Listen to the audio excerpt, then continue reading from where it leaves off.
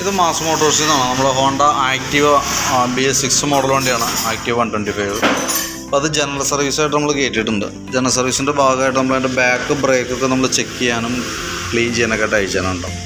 അത്യാവശ്യം ലൈനർ ഉണ്ട്, നമുക്ക് അത് ഈ പ്രാവശ്യം കൂടി ഉപയോഗിക്കാം കേട്ടോ. അടുത്ത സർവീസിൽ നമുക്ക് ആ ലൈനറും അതേപോലെ ഈ ബ്രേക്കിൻ്റെ കേബിളും കൂടി മാറേണ്ടി വരും. കാരണം ബ്രേക്കിൻ്റെ കേബിൾ ഇവിടെ ഔട്ടറൊക്കെ തുരുമ്പിട്ട് തുടങ്ങിയിട്ടുണ്ട്.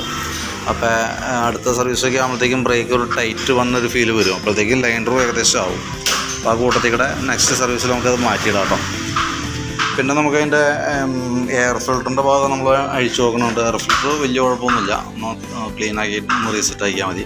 പിന്നെ ക്ലച്ചിൻ്റെ ഭാഗത്തായാലും വേറെ ഓയിലേക്ക് കാര്യങ്ങൾ വേറെ പ്രോബ്ലംസ് ഒന്നുമില്ല. ഈ ക്ലച്ച് വർക്ക് ചെയ്തതിൻ്റെ പൊടിയൊക്കെ ഉണ്ട്, അതൊക്കെ ഒന്ന് നല്ല രീതിയിൽ ക്ലീൻ ചെയ്തിട്ട് നമുക്കൊന്ന് റീസെറ്റ് ആക്കാം. പിന്നെ ബെൽറ്റിൻ്റെ ഈ സെൻറ്റർ പോർഷനിലേക്ക് നോക്കുമ്പോൾ ചെറിയൊരു പൊട്ടൽ പോലെയൊക്കെ തുടങ്ങിയിട്ടുണ്ട്. അത് തൽക്കാലം നമ്മുടെ ലോക്കൽ ഓട്ടോക്കെ ഉള്ളതെന്നുണ്ടെങ്കിൽ നമുക്കതങ്ങനെ യൂസ് ചെയ്യാം, ഉപയോഗിക്കാൻ കുഴപ്പമില്ല.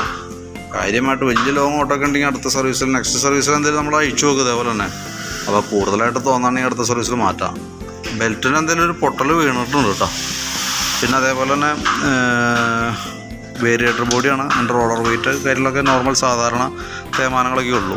ഇതതിൻ്റെ ബാക്ക് വീലിൻ്റെ ബാക്ക്, ആ ബെൽറ്റ് പിടിക്കുന്ന ബാക്കിലത്തെ വീലാണത്, ആ പുള്ളി പോലെ ഉറക്കണ ഭാഗം. അപ്പോൾ അതിന് അത്യാവശ്യം ഈ ചുമന്ന കളറിലാണ് തുരുമ്പാണത്. അപ്പോൾ നമ്മൾ ആ പിന്നൊക്കെ ഒന്ന് ഗ്രീസ് ചെയ്യാനൊക്കെ ആയിട്ട് തുരുമ്പ് കണ്ടതുകൊണ്ട് തന്നെ നമ്മൾ ഫുള്ളായിട്ടൊന്ന് അഴിച്ച് ഗ്രീസിങ് നടത്തി റീസെറ്റ് ആക്കണമുണ്ട് കേട്ടോ.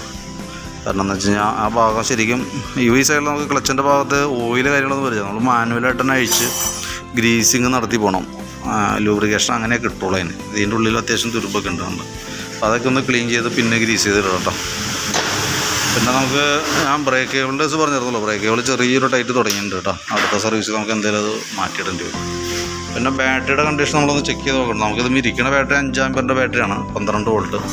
അപ്പോൾ ബാറ്ററി വോൾട്ടും കാര്യങ്ങളൊക്കെ കൊണ്ട് ഇത് ചെക്ക് ചെയ്ത് പോകുന്നുണ്ട്. വോൾട്ട് ടെസ്റ്റ് ചെയ്യുമ്പോൾ കറക്റ്റ് 13 വോൾട്ട് വരെ കിട്ടുന്നുണ്ട്, മാക്സിമം ഔട്ട്പുട്ട് ഉണ്ട്.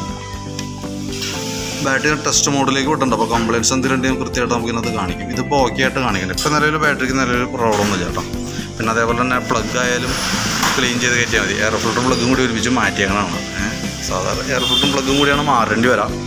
നമുക്കൊരു 10,000 തുടങ്ങി 12,000 കിലോമീറ്റർ വരെയാണ് ശരിക്കും എയർ ഫിൽറ്ററിൻ്റെ പ്ലഗിൻ്റെ ഒരു ലൈഫ് എന്ന് പറഞ്ഞ്. അപ്പോൾ അതൊന്നും ആ രീതിയിൽ ക്ലിയർ ചെയ്യാം. പിന്നെ നമുക്ക് അതിൻ്റെ എൻജിൻ ഓയിൽ ഓൾറെഡി മാറണമുണ്ട്, ഓയിൽ ചേഞ്ചിൻ്റെ ടൈമായിട്ടുണ്ട്. പിന്നെ ബാക്ക് വീലിൽ നമുക്ക് ചെറിയൊരു നട്ട് ലൂസിങ്ങിൻ്റെ ഒരു പ്രോബ്ലം ഉണ്ട് വണ്ടിക്ക്. അപ്പോൾ അതൊന്ന് ക്ലിയർ ചെയ്യാം, കൂടുതൽ ഒന്ന് ക്ലിയർ ചെയ്ത് തരാം കേട്ടോ. പിന്നെ ബാക്ക് നമുക്ക് ഈ വന്ന ബോക്സിൻ്റെ ഇതിൻ്റെ ഉള്ളിൽ ഒരു റബ്ബറുണ്ട് ഈ വന്ന മോഡൽ. അപ്പോൾ അതിൻ്റെ ഉള്ളിൽ നിന്ന് ഷേക്ക് ആയിരുന്നിട്ട് ബാക്ക് ആ ഷേക്കിങ് കാണിച്ചിട്ടിരുന്നത്. അപ്പോൾ അത് നോക്കിയിട്ട് അതുകൊണ്ട് ക്ലിയർ ചെയ്തേക്കാം. അതൊക്കെയാണ് മെയിനായിട്ടുള്ളൂ. വേറെ കംപ്ലയിൻറ്റ്സ് എന്ന് പറയാനായിട്ട് അങ്ങനെയൊന്നും ഓടിച്ചു നോക്കിയിട്ട് വേറെ പ്രോബ്ലം തോന്നണമെന്നില്ല. അപ്പോൾ ഞാൻ എൻ്റെ ഒരു ഏകദേശം ഒരു എസ്റ്റിമേറ്റ് കൂടി നോക്കിയിട്ട് അതിൻ്റെ ഡീറ്റെയിൽസ് വാട്സാപ്പിലേക്ക് സെൻഡ് ചെയ്തിട്ടേക്കാം കേട്ടോ. അപ്പോൾ നോക്കിയിട്ടൊന്ന് പറഞ്ഞുതരാം.